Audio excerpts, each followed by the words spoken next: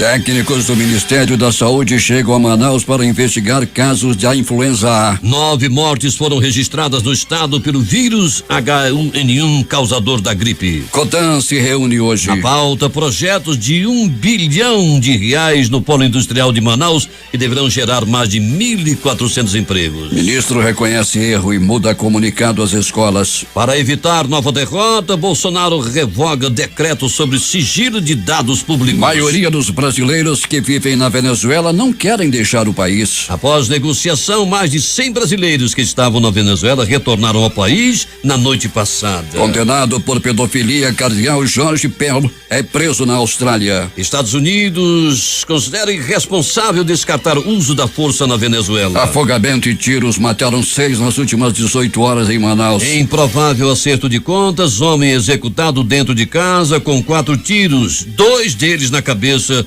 no João Paulo. Previsão do tempo. O Centro Gestor e Operacional do Sistema de Proteção da Amazônia diz que o tempo fica nublado, a parcialmente nublado com chuva que começou a cair no início da madrugada. O clima-tempo fala que é de 80% a probabilidade de chover 15 milímetros. A temperatura, que é de 24 graus no momento, terá máxima de 31 graus Celsius. A umidade do ar está em 73%. A velocidade do vento é de 19 quilômetros hora. É quarta-feira, 27 de fevereiro. 58º dia do ano. Faltam 317 para terminar 2019. Dia de São Gabriel de Nossa Senhora das Dores. Também é o dia do idoso, Dia Nacional do Livro Didático e o Dia do Agente Fiscal. O Rio Negro subiu mais 4 centímetros e seu nível em relação ao mar estava ontem em 25 metros e 51 centímetros. O que conta a história. Fatos acontecidos 1933, incêndio destrói o parlamento alemão. Os nazistas culpam os comunistas e usam o fato como desculpa para suspender liberdades civis. 1952, a Organização das Nações Unidas se reúne pela primeira vez em sua sede atual. 1970, o presidente Emílio Garrastazu Médici anuncia que não revogará o AI-5. Torre de Pisa. No dia 27 de fevereiro de 1964, o governo italiano pede ajuda publicamente para salvar a torre inclinada que ameaça desabar.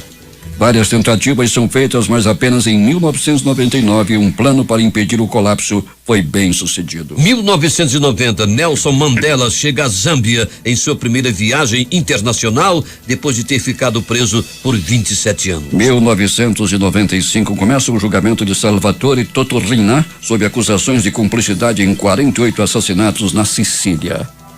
5h51. Local. Sejam bem-vindos ao Jornal da Manhã. Bom dia, Edson Melo. Bom dia, Paulo Guerra. Bom dia, ouvintes. As notícias.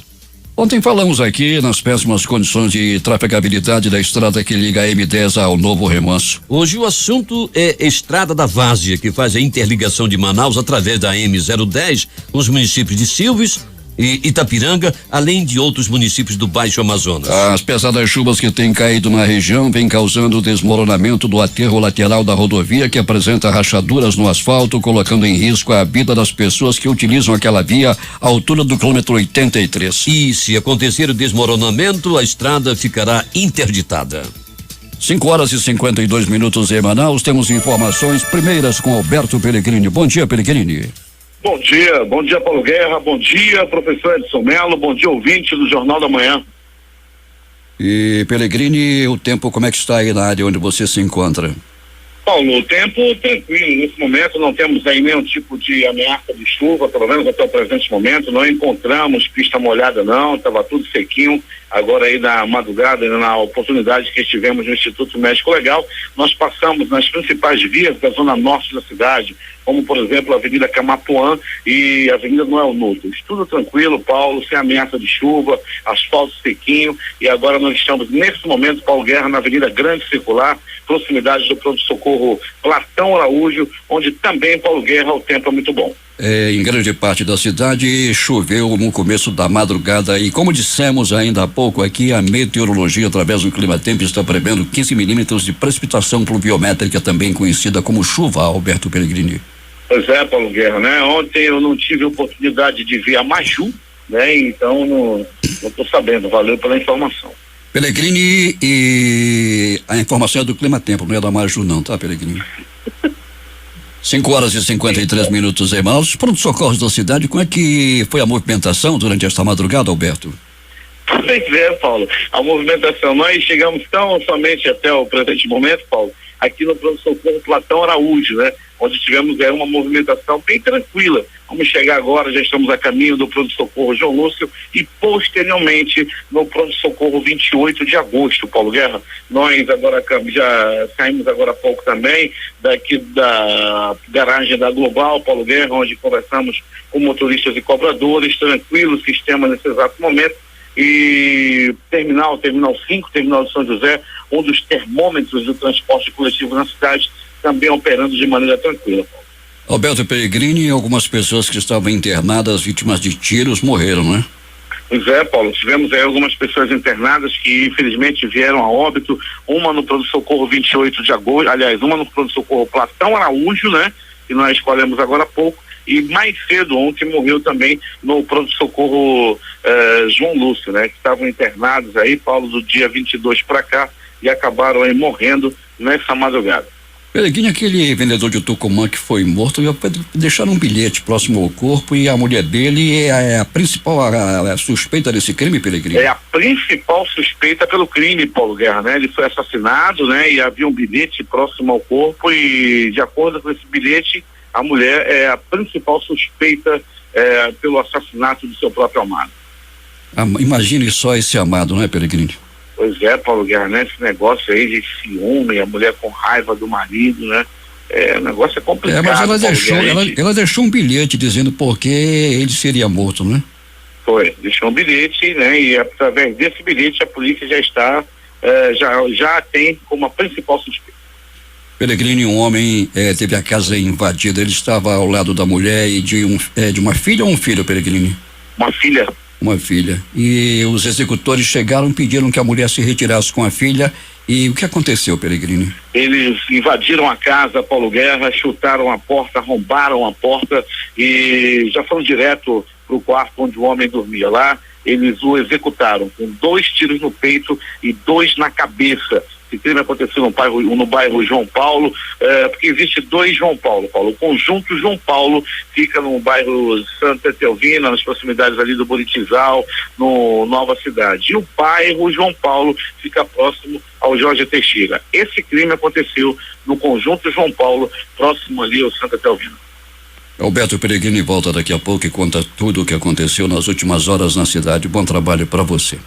Voltaremos sim, Paulo, com essas e outras informações, e também nós temos a informação, Paulo Guerra, que um homem de 34 anos de idade estava tentando um suicídio a noite passada. Ele tentava enfiar uma faca no pescoço. Ele tem 34 anos, a mulher tem 29 anos de idade e foi seduzida por um homem de aproximadamente 70 anos de idade, já com a cabeça branca, ele lá novinho, e a mulher dele o deixou por causa desse coroa. Ele quis cometer o suicídio, mas graças a Deus conseguiram convencê-lo para não cometer esse ato. Peregrino, eu não entendi bem essa história, mas a mulher queria deixá-lo, é isso? A mulher queria deixá-lo, e ele já tinha ele descobriu que ela queria deixá-lo por causa de um homem da cabeça branca, de aproximadamente 70 anos. Onde foi que aconteceu isso, hein, Alberto? Isso aconteceu, Paulo Guerra, na área central da cidade, foi no centro, nas proximidades aí da Avenida Airão. Ensinou amigos e parentes tomarem a faca dele, algo de pior poderia ter acontecido. É fraco. Tá bom, Peregrino, até daqui a pouco. Falta agora saber, Paulo, quem é este homem da cabeça branca que anda seduzindo a mulher alheia. É contigo, Paulo Guerra. Agora vamos falar de empregos, oportunidades de emprego com 279 vagas de trabalho da CETRAB. Quem tem os detalhes é Thaís Gama. 279 vagas de emprego são ofertadas pelo Sistema Nacional de Emprego, Cine Amazonas, nesta quarta-feira. Entre as oportunidades estão para enfermeiro com experiência em UTI neonatal, obstetrícia, urgência e emergência. Outras vagas são para auxiliar administrativo, vendedor externo, ajudante de cozinha e supervisor de unidade, supervisor comercial. Os interessados devem comparecer na sede da CETRAB, na Galeria Mais, na Avenida Djalma Batista, entre o Amazonas Shopping e o Manaus Plaza. Lembrando que a distribuição de senhas é feita às 7 horas da manhã, porém o atendimento é de 8 horas da manhã até 5 da tarde. Lembrando que os candidatos precisam estar com os documentos originais e cópia do RG, CPF, PIS, carteira de trabalho, além dos comprovantes de residência e escolaridade. Em caso de a vaga exigir habilidade específica, é importante também lembrar que o candidato deverá levar o certificado. Eu sou Thaís Gama para o Jornal da Manhã. 5 horas e 59 minutos em Manaus. O ouvinte Augusto, através aqui o aplicativo Humano, está informando de que ontem à noite aconteceu um assalto na linha 500. Os bandidos fizeram um arrastão dentro de um ônibus da linha 500 de novo. A Secretaria Municipal do Trabalho, Empreendedorismo e Inovação, com apoio da Secretaria Municipal de Educação, da Coordenadoria OCAS do Conhecimento Ambiental e da Vara Especializada do Meio Ambiente e de Questões Ambientais, abrirá nesta quarta-feira a exposição Segredos da Mata no Manauara Shopping. Noleto, o autor das pinturas, retrata a Amazônia por meio de quadros com paisagens e até rituais, como por exemplo o famoso ritual da tucandeira. A Fundação Centro de Controle de Oncologia do Estado realizará nesta quarta-feira às 7 da noite a formatura de 7 médicos residentes para o mercado de trabalho nas especialidades de mastologia, anestesiologia e cirurgias oncológica e de cabeça. O governador Wilson Lima continua atendendo os prefeitos do interior para discutir as demandas dos municípios. Ao todo, 15 gestores municipais já foram recebidos. Nesta terça-feira houve reuniões com os prefeitos de Envira e Itacoatiara na sede do governo. Com o prefeito de Itacoatiara, Antônio Peixoto, tratou da melhoria da malha viária da cidade. Sobre a estrada M10, o governador informou o prefeito que o projeto de duplicação da M10 vem sendo reavaliado e que Itacoatiara também passa por levantamento e fiscalização de contratos, inclusive na área da saúde. Manaus, 6 horas 4 minutos. O superintendente da Zona Franca de Manaus, Alfredo Menezes, reuniu-se na tarde de ontem no gabinete da Sulframa com uma comitiva composta por parlamentares, representantes de órgãos públicos e empresários, liderada pelos deputados estaduais Sinésio Campos e Adjuto Afonso, e pelo diretor-presidente da Agência Reguladora de Serviços Públicos Concedidos do Estado, Acran Espera. O objetivo da reunião foi discutir a participação da Sulframa na viabilização do projeto multimodal de transportes Manta-Manaus. O projeto Manta-Manaus representa uma rota alternativa aos navios asiáticos que usam o Canal do Panamá para chegar ao interior da Amazônia. O multimodal compreende um trecho de rodovia desde o porto de Manta, no Equador, até o Amazonas via hidrovias. Numa reunião de portas fechadas na sala da presidência da Assembleia, 13 prefeitos de cidades do interior disseram não ao projeto do governo do estado que quer remanejar recursos do Fundo de Investimento do Interior, conhecido como FTI,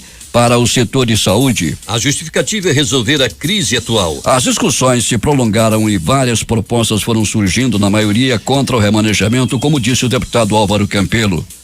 A posição contrária ao projeto do governo foi reforçada pelo presidente da Associação dos Municípios, Anderson Cavalcante. Para o presidente da Assembleia Legislativa, o deputado Josué Neto, o momento é de diálogo para buscar a melhor solução. A questão em si trata-se da aprovação do projeto da utilização de recursos do FTI voltados para a saúde, algo que os prefeitos, em sua totalidade, aqui representado por 13, não concordam da forma que a matéria está sendo encaminhada e vieram nos pedir apoio por algo que é a especialidade da casa. A nossa especialidade da casa é o diálogo, e o diálogo será aberto a partir de agora, já que a casa é onde está sendo tramitado o projeto e aqui que se deve iniciar o diálogo. Então o diálogo começou a partir de agora e nós vamos fazer esses encaminhamentos ao executivo. 6 horas e 6 minutos em Manaus. Temos informações com José Alberto Zegdeg. Muito bem, Paulo Guerra. Manacapuru vive uma situação de expectativa para a retomada das obras que há algum tempo já estão paralisadas. A esperança do recomeço dessas obras depende do governo do estado, que até o momento ainda não sinalizou a liberação de verbas para equacionar esse problema. A falta de recursos tem sido o calcanhar de Aquiles da administração municipal, que tem dificuldades de prosseguir para a conclusão das obras. Recentemente, o prefeito Beto D'Angelo esteve reunido com o governador Wilson Lima, onde entregou as demandas do município. Beto D'Angelo relata a posição da aproximação dos governos estadual e municipal para a retomada dos trabalhos. A gente sempre carrega a esperança de poder trazer boas novas ao povo de Manacapuru. Na minha condição de prefeito, eu tenho feito minha parte. Fiz os projetos, busquei o ente para conveniar, apresentei a ele os nossos convênios, mostrei ao governador o físico-financeiro, mostrei a nossa necessidade, o ganho social que o município tem, a recuperação desses prédios públicos, o mercado municipal, a balsa do peixe, as quadras de São Francisco, a quadra do Mutirão, a ponte do Campinas, o hospital que estava sendo construído, a necessidade da retomada do serviço de pavimentação. O que foi feito até o momento foi apenas aproximadamente 18 quilômetros, restando ainda uma média de 40 quilômetros a ser aplicado no município. Esse asfalto é de extrema necessidade para todos nós, então eu busquei o governador Wilson, estou esperançoso que ele possa nos atender nesses pleitos. Os vereadores estavam conosco, foi explanado todas as nossas necessidades, todas as nossas dificuldades, então agora está na mão de Deus e na mão do nosso governador, para que ele possa atender nossas demandas e a necessidade do povo manacapuruense. Bem, Paulo, agora é esperar as ações do governo do estado. De Manacapuru, Zeg-Deg para o Jornal da Manhã. 6:08. Procon Manaus fornece documentação à Assembleia para investigação da CPI dos combustíveis. O trabalho realizado ao longo dos últimos meses pela Ouvidoria e Proteção ao Consumidor Procon Manaus vai servir como embasamento para a Comissão Parlamentar de Inquérito que investiga uma possível formação de cartel nos postos de gasolina aqui em Manaus. A oitava assinatura para que os deputados estaduais instaurassem a CPI dos combustíveis no estado foi colhida nesta terça-feira na Assembleia Legislativa do Estado para investigar os constantes e abusivos aumentos no preço repassados ao consumidor. O autor do pedido para a instalação da CPI é o deputado Álvaro Campelo. Em quase um ano de fiscalização intensa, o Procon Manaus recolheu notas fiscais, notificações, autos de infração e outros documentos que sugerem a combinação de preços entre os postos de combustíveis de Manaus. Todos os dados foram formalizados em um único documento e protocolizado nesta manhã de ontem na Assembleia pelo ouvidor-geral do município e coordenador do Procon Manaus, Rodrigo Guedes. A gente entende que juridicamente, tecnicamente e legalmente a CPI possui poderes suficientes para combater isso se estiver imbuída desse espírito. A gente pede, inclusive, para a criação da CPI, são necessárias 8 assinaturas. Nós pedimos que esse número supere as 8. Não só o mínimo necessário, mas que seja uma adesão o máximo possível dos deputados para que mostre que a Assembleia está decidida a investigar, está decidida a acabar de uma vez por todas com essa prática, porque outros poderes já se manifestaram e a prática continua. E hoje essa prática da uniformização, da combinação de preços é que prejudica o consumidor na cidade de Manaus, é o que nós estamos combatendo, mas ainda ela persiste. Então nós juntamos notas fiscais, nós juntamos todo o estudo e relatório do Procon Manaus, com todo o embasamento técnico, jurídico, com dados também da Agência Nacional de Petróleo, e nós entendemos que a Assembleia Legislativa do Estado do Amazonas vai estar prestando um grande serviço à sociedade do Amazonas e Manauara. 6:10. A primeira reunião do Conselho de Desenvolvimento do Estado, o CODAN, neste ano será realizada nesta quarta-feira na Federação da Agricultura e Pecuária do Amazonas pela primeira vez. Os conselheiros vão deliberar sobre uma pauta com 39 projetos industriais com investimentos acima de R$1 bilhão e 1.441 vagas no mercado de trabalho ao longo de 3 anos. Componentes plásticos, equipamento, multimídia para internet e carregadores de bateria para telefone celular são alguns dos produtos em destaque na pauta da reunião de número 178 do CODAN. Os projetos de diversificação de linhas de produção já existentes chegam a R$591 milhões, enquanto os de atualização somam cerca de R$367 milhões. O Ministério da Saúde divulgou ontem que técnicos da pasta já estão no Amazonas e devem auxiliar nas investigações de casos de gripe e influenza A, transmitida pelo vírus H1N1. No estado, 9 mortes causadas pelo H1N1 foram confirmadas pela Fundação de Vigilância em Saúde do Amazonas.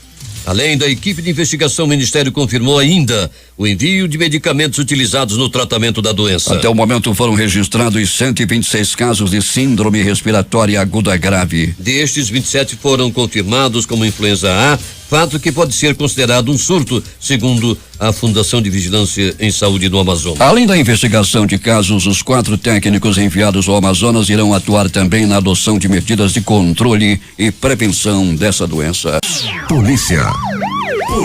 Defesa de mulher que arrancou parte dos lábios de funcionária pública durante briga entra com pedido de habeas corpus. Quem tem os detalhes é Larissa Balheiro. A defesa de Samara da Silva Pinheiro, mulher apontada por ter arrancado 80% dos lábios da funcionária pública Bianca Figueiredo, entrou com pedido de habeas corpus após o pedido da Polícia Civil do Amazonas de prisão preventiva à Justiça. Esse pedido foi motivado pela saída de Samara da cidade no último final de semana, mesmo após toda a briga. O advogado de Samara, Dr. Carlos César Moreira, afirma que a cliente mora em Fortaleza. A delegada pediu a preventiva na sexta-feira passada. E eu estava acompanhando no ESAG, no sistema do PJ, e verifiquei.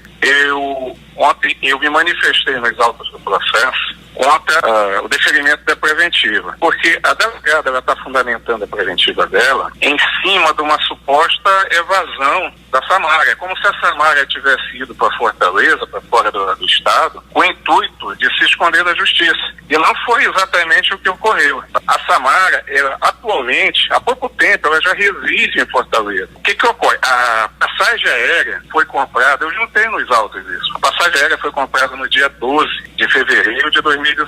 Então, o delito aconteceu na madrugada do dia 15.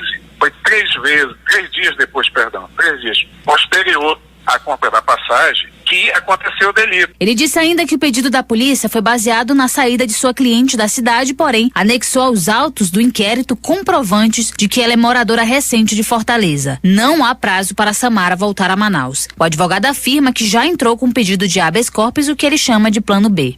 E no mesmo giro, hoje, eu já entrei com um HC preventivo, que deve ser distribuído amanhã. Eu, após saber com que juiz que vai ficar responsável, eu vou procurar para tentar até amenizar, pedindo salvo-conduto para ela. E até o momento, pelo que eu sei, ainda não tem um parecer ministerial, nem tem tampouco um despacho da juíza competente, juiz ou juiz da 5ª Vara Criminal. A vítima, Bianca, segue internada no Hospital João Lúcio e fez a 2ª cirurgia na tarde de ontem. A amiga pessoal da funcionária pública, Ana Rosa, relata o atual estado de saúde da amiga. Então, a Bianca, ela segue hospitalizada, né? Ela fez uma cirurgia semana passada, uma semana atrás, cirurgia de reconstrução. Ela fez o segundo procedimento, a cirurgia do enxerto. Vai continuar seguindo hospitalizada sem previsão de alta. São muitos cuidados, é uma questão muito delicada. Ela, tanto que o médico preferiu colocar ela na sonda para se alimentar, para não abrir a boca de forma alguma, né? Então vai ser uma fase complicada agora, né? Porque é toda uma questão de paciência, de controlar a ansiedade, porque se a de convic ficar sem falar, sem abrir a boca durante um tempo indeterminado é bem complicado. A situação dela não tá fácil, não. Mas, assim, porque elas estão as cirurgias, graças a Deus, 2 foram um sucesso. E, assim, mas a gente tá fazendo ainda o procedimento de reconstrução. Ela ainda vai entrar no procedimento da estética, que isso a gente só vai poder ver daqui a algum tempo, quando cicatrizar perfeitamente a reconstrução, pra gente ainda poder ver a estética. Então, é um processo muito demorado, né? Porque, afinal de contas, foi uma lesão grave. Então, é isso. A gente segue cuidando dela, pedindo apoio de todos, dos amigos, principalmente, graças a Deus, ela tem muitos e bons amigos. Os amigos e familiares fizeram o Instagram @pelabibi para quem puder ajudar a vítima na recuperação. Essas e outras notícias você acompanha no portal difusora24h.com. Eu sou Larissa Balheiro para o Jornal da Manhã. A propósito dessa matéria da Larissa Balheiro, o Ministério Público negou o pedido de prisão preventiva do caso da blogueira que arrancou parte dos lábios da funcionária pública, como acaba de relatar a própria repórter Larissa Balheiro. Este é o parecer do Ministério Público. O caso ainda vai para a Justiça para definir se acata ou não a preventiva da acusada que está em Fortaleza. 6h19 em Manaus. Estamos aguardando um contato com Alberto Pellegrini para que possamos continuar com o nosso noticiário policial.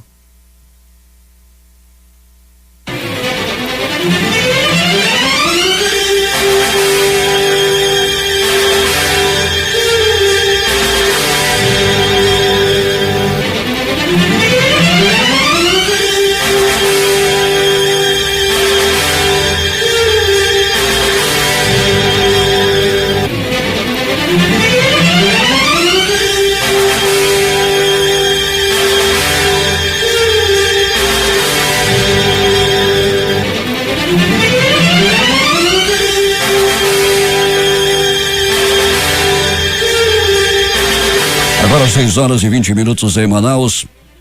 Retomado o contato, Alberto Pellegrini, tivemos 2 assaltos a ônibus. A linha 358 do Viver Melhor, lá da Barreira, foi assaltado. E a linha 500, de novo, Pellegrini, foi assaltado o ônibus no terminal Alberto Pellegrini. 2 assaltos a ônibus. Pois é, Paulo Guerra, e essa da linha 358, você aqui, nós aqui no Jornal da Manhã já temos noticiado várias vezes, Paulo Guerra. O número de assaltos aos coletivos continuam. Essa semana, com esses 2, nós já noticiamos aí. Hoje é quarta-feira e já é o 3º assalto, somente essa semana, que é noticiado aqui no Jornal da Manhã. E essa linha 358 que vai para o Viver Melhor, sempre ali depois da entrada do aeroporto, é uma das linhas que mais são assaltadas na cidade. Pois é, Pellegrini, apesar dos esforços das autoridades, a bandidagem continua aí. É gente assaltando de motocicleta, em carros, e a população está aí à mercê da bandidagem. Conte mais o que aconteceu nas últimas horas na cidade, Pellegrini. Muito bem, Paulo Guerra. Conto que no pronto-socorro 28 de agosto, uma pessoa deu entrada vítima de ataque de cachorro, Paulo Guerra. Dessa vez não foi a blogueira, não. Dessa vez foi um cachorro que atingiu uma pessoa. O cachorro correu, o cachorro fugiu da casa, Paulo Guerra, e mordeu um homem que ia passando pela calçada. Ele levou 3 mordidas nas pernas e acabou sendo levado ao pronto-socorro Platão Araújo à noite de ontem. Ele recebeu medicação, ele passou por alguns procedimentos, Paulo Guerra, e logo após foi liberado. É melhor ser atacado por um cachorro que pela blogueira. O rapaz que foi atacado pelo cachorro já foi liberado e a moça que foi atacada por aquela mulher ainda continua internada. É melhor ser atacado por um cachorro. Pronto, socorro Platão Araújo ainda, Paulo Guerra e ouvintes do Jornal da Manhã. Vítima de pauladas pelo corpo. Um homem levou uma violenta paulada na costela. Ele estava jogando dominó, estava de costas, quando de repente apareceu um homem que já tinha uma rixa com ele, com um pedaço de perna manca, e deu-lhe uma paulada na costela. Ele ficou sem ar, rapaz. Quase ele não volta, ficou respirando com muita dificuldade e foi levado ao pronto-socorro Platão Araújo, de onde permanece internado. Pronto, socorro João Lúcio, no Gigante da zona leste da cidade. Uma pessoa deu entrada vítima de atropelamento. Era por volta de 19h22, era noite de ontem, quando esse homem foi atravessar a rua, ali nas proximidades da rotatória do Produtor, e foi colhido por uma moto. Ele passou por exames, por alguns procedimentos curativos e posteriormente foi liberado. Ainda do pronto-socorro João Lúcio, uma pessoa deu entrada vítima de agressão física. Ele apanhou a murros, chutes, socos, pontapés e alguns bofetes após se envolver em uma briga com o vizinho. As primeiras informações dão conta, Paulo Guerra e ouvintes, de que esses vizinhos não se davam bem já havia algum tempo. Eles tinham ali, ficavam se arengando um outro, um ficava arengando com o outro, até que ontem foram para vias de fato, foram para a briga, e um deles acabou dando entrada no Platão Araújo com o supercílio quebrado, com hematomas pelo corpo, acabou tendo a cara remendada por pontos após se desentender com o vizinho. O motivo do desentendimento nós ainda não sabemos. Ainda do pronto-socorro João Lúcio, no Gigante da zona leste da cidade, uma pessoa deu entrada vítima de queda de árvore. As primeiras informações dão conta, Paulo Guerra, de que o cara subiu a vítima subiu no pé de biribá para apanhar os biribás e acabou se desequilibrando e acabou se arrebentando todo no chão. As informações dão conta de que ele ficou todo quebrado, porém o biribá que estava na mão dele ficou intacto. Ele deu entrada no pronto-socorro João Lúcio, onde foi constatada uma fratura no braço e deslocamento de clavícula. Isso aconteceu ontem lá no bairro João Paulo.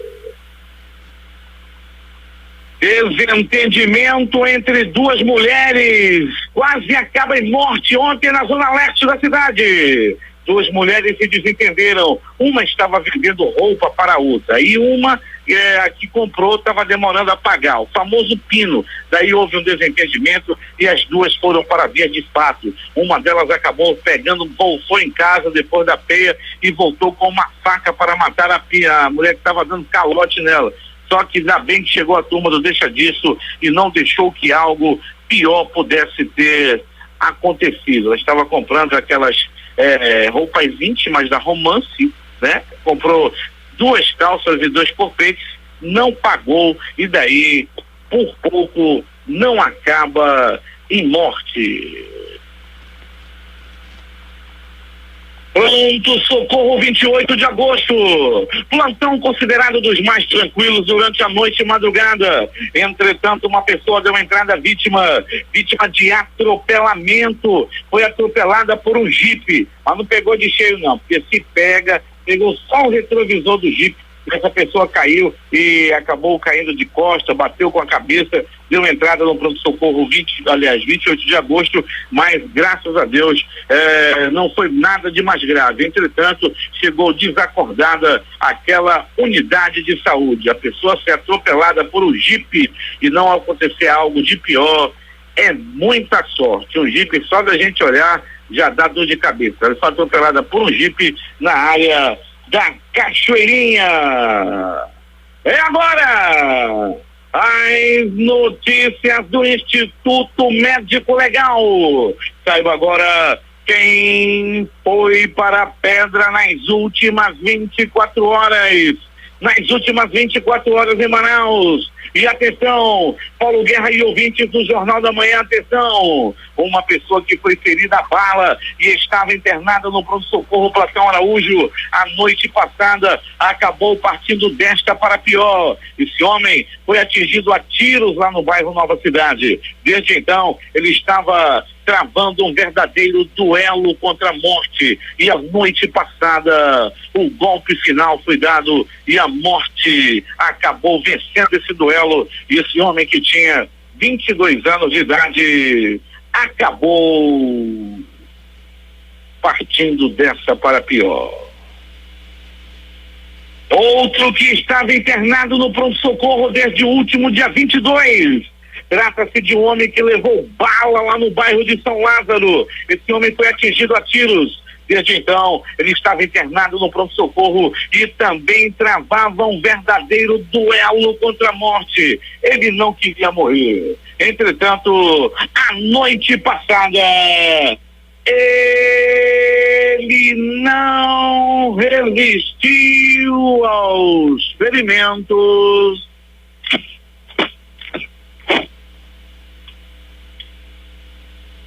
e morreu. O crime aconteceu, repito, lá no bairro de São Lázaro. Afogamento. Um corpo foi encontrado boiando ontem lá na Agrovila, no Tarumã. Trata-se de um homem ainda, até o presente momento, não identificado. O corpo já estava em avançado estado de decomposição quando foi resgatado por profissionais do Bombeiro e também do Instituto Médico Legal. Um corpo de um homem está até o presente momento também não identificado, morto a tiros. Foi encontrado no bairro Valparaíso, jogado em uma vala. Populares encontraram o corpo, comunicaram à polícia, que rapidamente acionou o gigante, pedindo uma viatura do Instituto Médico Legal, a fim de que o corpo fosse trasladado para aquela sede daquele instituto. O corpo permanece no IML e até o presente momento não foi identificado. Um corpo foi encontrado na rua Rosa Cruz, no bairro Nossa Senhora das Graças. Paulo Guerra e ouvintes do Jornal da Manhã, o corpo foi levado para a sede do IML à noite de ontem e até o presente momento não se sabe de que a vítima foi assassinada. Será que foi de faca? Será que foi de tiro? As informações serão concluídas somente daqui a pouco, quando o exame mais detalhado será feito no corpo da vítima, além do exame de necrópsia sobre o qual a vítima está sendo, nesse momento, sendo realizado o exame de corpo de delito, aliás, o exame de necrópsia está sendo realizado no corpo da vítima desse homem que foi assassinado e depois jogado em uma vala lá no bairro Nossa Senhora das Graças, o famoso bairro da Matinha.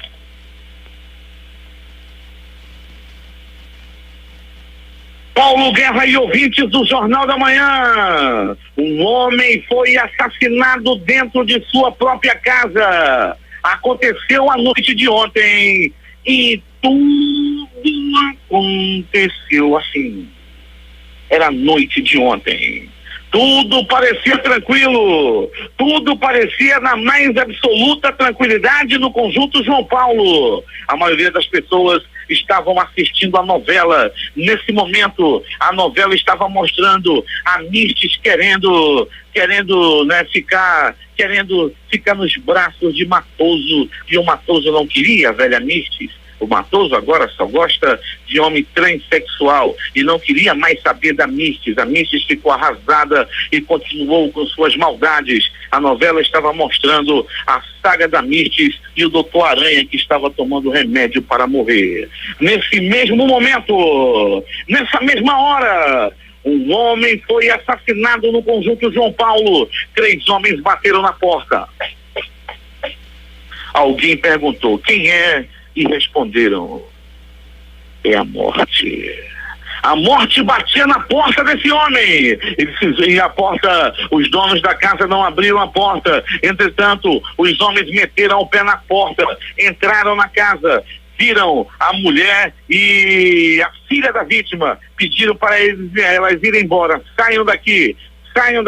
E elas correram, e dentro da casa ficou apenas a vítima, um homem de 52 anos de idade. Um dos 3 homens sacou um revólver e disparou 1, 2, 3, 4 tiros na vítima, que acabou morrendo na hora. Ele foi assassinado dentro da casa onde morava no conjunto João Paulo. Até o presente momento, várias versões para justificar esse crime estão sendo ventiladas. Uma delas, Paulo Guerra, é de que a vítima vendia terras e era meio enrolado com esse negócio de vender terra. Outras informações dão conta que poderia ser um acerto por outro tipo de situação. O fato é, Paulo Guerra, que o homem foi assassinado dentro da própria casa, foi executado. Nada, nenhum objeto foi levado de dentro da residência. Os homens entraram com o único objetivo: matar a vítima, e assim o fizeram. O Instituto Médico Legal realizou nas últimas 24 horas 70 exames de corpo de delito na permanência do IML, atualizando sempre, anotando tudo o que acontece no livro da capa preta. O Alberto Brito e o Carlos foi quem ficaram na permanência do IML a noite passada. A reportagem foi de Alberto Pellegrini para o Jornal da Manhã. Esportes. Os jogos de ontem pela Copa Sul-Americana. Santos 1, River Plate 1. O Santos foi eliminado. O Fluminense empatou em 0-0 com Antofagasta. Copa do Brasil. Atlético Cearense 0, Atlético de Goiás 4. Futebol Internacional, Copa da França. PSG 3, Dijon 0. Na Taça de Portugal, Porto 3, Braga 0. Copa da Itália. Lazio 0, Milan 0. Libertadores da América. Caracas 2, Melgar 1. O Melgar vai enfrentar o Palmeiras. E os jogos de hoje? Às 21h30, Copa Libertadores, Atlético de Minas Gerais e Defensor Sporting. Às 19h15, Palestina e Talleres. 21h30, Copa Sul-Americana, Racing e Corinthians. Às 19h15, Monagas e Royal Pan. 21h30, Copa do Brasil, Botafogo e Cuiabá. URT e Vila Nova. 19h15, Foz do Iguaçu e Ceará. 21h30, Campeonato Paulista, Palmeiras e Ituano. No Campeonato Cearense, 21h30, Horizonte e Fortaleza. Para quem jogou na Mega Sena, concurso 2128, saiba que o prêmio acumulou A estimativa para o próximo concurso amanhã é de 46 milhões. A quina saiu para 47 apostadores, cada um recebe R$50.144,89 e a quadra vai pagar para 4.353 apostadores R$773,45. As dezenas sorteadas da Mega Sena foram estas: 11, 16, 24, 46, 54 e 55. Repetindo: 11, 16, 24, 46, 54 e 55. Últimas notícias. O índice Bovespa, indicador de desempenho das ações negociadas na Bolsa, fechou o dia com alta de 0,37%, totalizando 97.602 pontos. O dólar fechou em alta. A moeda Yankee ficou em 3,74, uma variação positiva de 0,04%. Empresas, bancos e corretoras de valores têm até amanhã para enviar aos contribuintes os informes dos rendimentos referentes a 2018. São olerites, extratos de investimentos, saldos de contas bancárias e outras informações. Os informes são necessários para preencher a declaração de imposto de renda de 2019. O prazo de entrega da declaração do IR em 2019 começa em 7 de março e termina em 30 de abril. Os acionistas da Embraer aprovaram um acordo sobre a venda da divisão comercial da empresa para a Boeing durante a Assembleia Geral Extraordinária realizada ontem. Pelo acordo, a Boeing deverá pagar 4,2 bilhões de dólares por 80% da nova companhia. A Embraer ficará com 20% restantes. A Assembleia foi uma das etapas finais para decidir o rumo do negócio com a Boeing, que dependia do aval dos investidores. O acordo ainda precisa ser autorizado pelas autoridades regulatórias. O número de casos prováveis de dengue registrados no Brasil em janeiro deste ano mais que dobrou em comparação ao mesmo período de 2018. De acordo com o Ministério da Saúde, até o dia 2 de fevereiro, o aumento era de 149%, passando de 21.992 para 54.777 casos prováveis, uma incidência de 26,3 casos por 100 mil habitantes. O Brasil teve uma redução de 13% no número de mortes violentas em 2018. É o que mostra um levantamento feito com base nos dados oficiais dos 26 estados e Distrito Federal. Foram registrados 51.589 assassinatos no ano passado, ante 59.128 em 2017. Apesar da queda, o número de vítimas ainda é alto. São 24,7 mortos a cada 100 mil habitantes. O Supremo Tribunal Federal deve julgar hoje 8 ações que chegaram à corte na década passada e que questionam a legalidade de artigos da Lei de Responsabilidade Fiscal, aprovada em 2000, para estabelecer normas de gestão fiscal para as finanças públicas dos governos federal, estaduais e municipais, além de punições para o descumprimento das medidas. O julgamento está marcado para as 14 horas. O ex-governador do Rio, Sérgio Cabral, que agora confessa crimes, disse em depoimento ao Ministério Público Federal no Rio, em 21 de fevereiro, que fez um acordo com o ex-procurador-geral de Justiça do Rio, Marfan Vieira, para que este arquivasse processos relacionados a ele. Em troca, Cabral disse que atuaria para a recondução de Marfan à chefia do Ministério Público Estadual do Rio. O ex-procurador rebateu as acusações do ex-governador, afirmando não haver nexo entre os motivos alegados por Cabral e a sua nomeação. O ministro da Educação, Ricardo Vélez Rodrigues, afirmou nesta terça-feira que determinou que seu ministério retire de um e-mail enviado na segunda-feira a todas as escolas do país o trecho em que pede que crianças sejam gravadas em vídeo após serem perfiladas para cantar o hino nacional. Ele também disse que percebeu o erro de inserir o slogan da campanha de Jair Bolsonaro: Brasil acima de tudo, Deus acima de todos, ao final do e-mail. O pacote anticrime idealizado pelo ministro Sérgio Moro da Justiça e Segurança Pública é bem avaliado pela população, segundo pesquisa CNT-MDA divulgada ontem. De acordo com o levantamento, 62% aprovam o pacote, 18,8% reprovam e outros 19,2% não souberam ou não quiseram responder. O pacote também é visto como outra grande aposta do governo. O presidente da Câmara dos Deputados, Rodrigo Maia, disse ontem que pretende apresentar em até 2 meses uma reforma administrativa da casa. Um dos focos será, segundo ele, reestruturar a carreira dos servidores. A intenção é que a proposta seja levada ao plenário até mesmo da reforma da Previdência. O Senado aprovou no início da noite de ontem a indicação do economista Roberto Campos Neto para o cargo de presidente do Banco Central. Foram 55 votos favoráveis, 6 contrários e uma abstenção. Campos Neto foi indicado pelo presidente Jair Bolsonaro e vai substituir Ilan Goldfein. Na mesma sessão, o Senado aprovou os nomes de Bruno Serra Fernandes para a diretoria política monetária e de João Manuel Pinho de Melo, que assumirá a diretoria da organização do sistema financeiro. 2 homens tentaram boicotar ontem em uma conferência em Coimbra, em Portugal, do ex-deputado federal do PSOL, Jean Willis, que deixou o Brasil em janeiro após receber ameaças de morte. Um deles chegou a arremessar um ovo que não atingiu o brasileiro, antes de ser imobilizado pelos seguranças e expulso do auditório junto a outro homem que também carregava ovos, segundo a imprensa local. Durante a conferência, Jean Willis falou sobre discursos de ódio e fake news na extrema-direita e o seu impacto no modo de vida das minorias na Universidade de Coimbra. Nesta quarta-feira, o brasileiro estará em Lisboa para falar sobre as razões pelas quais se exilou. O presidente em fim de mandato, Muhammadu Buhari, foi reeleito na Nigéria, o país mais populoso da África, com uma vantagem de 5 milhões de votos sobre seu adversário, Atiku Abubakar, apesar da baixa taxa de participação em uma eleição rechaçada pela oposição. Manaus 6:47.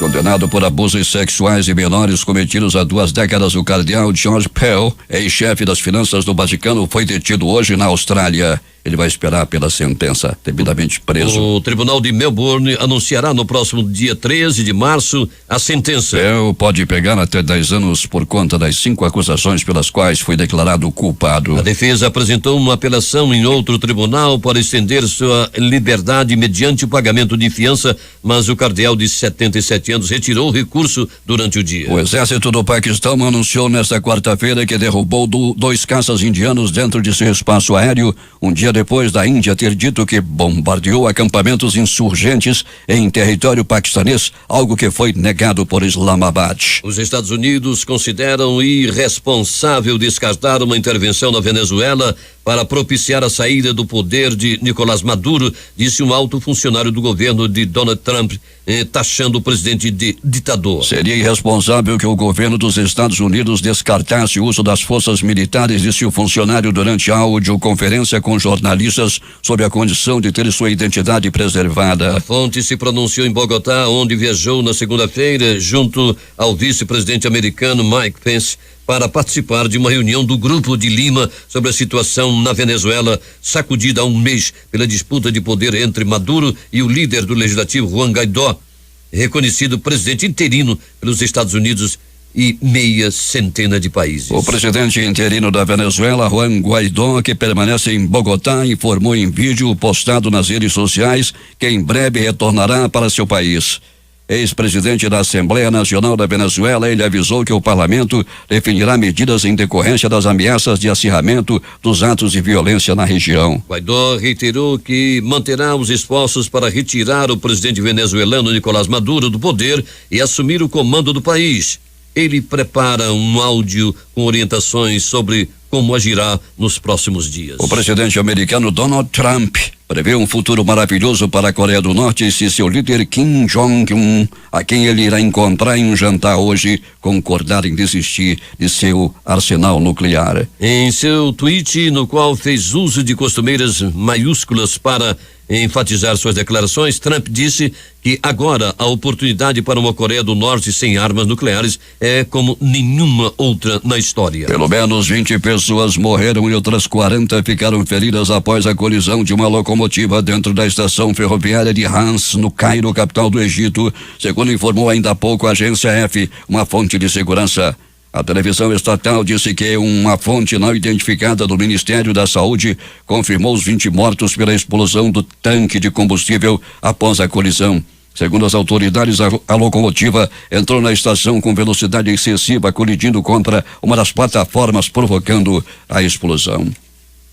O secretário especial da Previdência e Trabalho, Rogério Marinho, afirmou ontem que o governo federal irá encaminhar até 20 de março o projeto que reestrutura a aposentadoria dos militares. Deputados têm cobrado o envio do texto que irá alterar as regras previdenciárias dos integrantes das Forças Armadas como condição para começarem a analisar a proposta de emenda à Constituição PEC apresentada para reformar a Previdência para trabalhadores da iniciativa privada e do setor público. O presidente Jair Bolsonaro assinou nesta terça-feira a revogação do decreto que ampliou o número de servidores autorizados a impor sigilo a documentos públicos. Na semana passada, a Câmara aprovou a suspensão do decreto e a decisão de Bolsonaro foi tomada após o governo ser avisado que sofreria uma nova derrota, desta vez no Senado. A revogação do decreto foi publicada na edição desta quarta-feira do Diário Oficial da União. Apesar do clima de tensão e da incerteza, a maioria dos aproximadamente 11.800 brasileiros que moram na Venezuela não quer deixar o país. Mais de 70% deles vivem na capital, Caracas, e o restante em várias outras localidades. Porém, por cautela, o Consulado-Geral do Brasil em Caracas emitiu ontem um comunicado de alerta. Nele, a recomendação é para evitar viagens terrestres e aumentar os cuidados com os protestos. Mais de 100 brasileiros que estavam na Venezuela voltaram ao Brasil nesta terça-feira à noite com autorização do governo venezuelano após negociações com Itamaraty. De acordo com o coordenador operacional adjunto da Operação Logística Humanitária, Jorge Canan, 104 brasileiros retornaram ao país à noite. Mais cedo, um grupo com mais de 14 brasileiros já havia cruzado a fronteira, totalizando 118 pessoas. Canan disse ainda que um grupo de 38 caminhoneiros brasileiros aguardam liberação, mas devem chegar para Cayman nesta quarta-feira. Entre os brasileiros que conseguiram retornar estão 9 mulheres que foram submetidas a cirurgias na Venezuela e 5 acompanhantes. Os principais jornais do país e seus destaques de capa nesta quarta-feira. Vamos começar com o Globo do Rio. Fux nega foro especial a ministro do Turismo e investigação de laranjas do PSL fica em MG. Folha de São Paulo. Itamaraty prepara plano para retirar brasileiros da Venezuela. O estado de São Paulo. Influente nas redes sociais, Joyce Hasselmann será líder do governo no Congresso. Planalto Central, capital da República, Correio Brasiliense. Ministério Público dá 24 horas para a MEC justificar envio de carta a escolas. O valor econômico. Governo Bolsonaro tem 38,9% de aprovação, diz CNT-MDA. Estado de Minas. BH tem chuva de granizo após mais um dia de calor acima de 34 graus. No Recife, Jornal do Comércio. Kim Jong-un e Trump chegam ao Vietnã para sua segunda reunião. Fortaleza, Diário do Nordeste. Fortaleza tem empréstimo de 274 milhões de reais pelo Banco Mundial aprovado pelo Senado. Porto Alegre, 0 hora. Cabral diz que esquema de propina envolvia religiosos católicos, inclusive o arcebispo do Rio. Edições impressas locais, o centenário Jornal do Comércio. CFM enfrenta desafio da atratividade. A crítica. CPI dos postos já tem assinaturas exigidas. Essas foram as principais notícias de ontem e as primeiras de hoje. Termina aqui o Jornal da Manhã.